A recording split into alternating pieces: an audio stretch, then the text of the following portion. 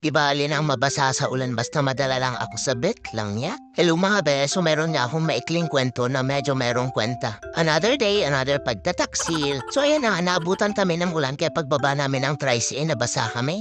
Ang dami nga namin naging gala nung nakaraan kaya pinablood test ako ngayon ng aking mami para ma-make sure na healthy daw ako. Booster shot ko din ngayon ng kennel cough mga bes. Okay na din to na hindi nagmiminti sa vaccine. Mas mapapadalas yung tusok natin sa vet kung magkakasakit tayo. Huy, grabe kayo sa akin kanina nung nag-post ako na nanggaling ako sa vet tayo nahanap ko yung Dragon Balls ko. Sorry to disappoint yung mga bes pero meron pa akong Dragon Balls. Malamig-lamig pa. Huy, Smion, habang naghihintay nga kami ng result ay humina na yung ulan mga bes. Mabuti naman kasi bawal akong maligo daw ng 3 days after ng vaccine ko. 2,050 nga yung nagastos namin nung araw na yun mga bes. Pero okay lang, ang importante ay healthy ako. Lumabas na nga yung result at normal lahat. Mas importante kasi kila mami at daddy ko yung health ko kaysa yung pera. Ang pera na papalitan si Chopper iisa lang. Uy, gusto mo yun? Muwi na kami at nag-tricey na nga kami mga bes. So, yun lang for today. Ingat kayo lagi and spread positivity.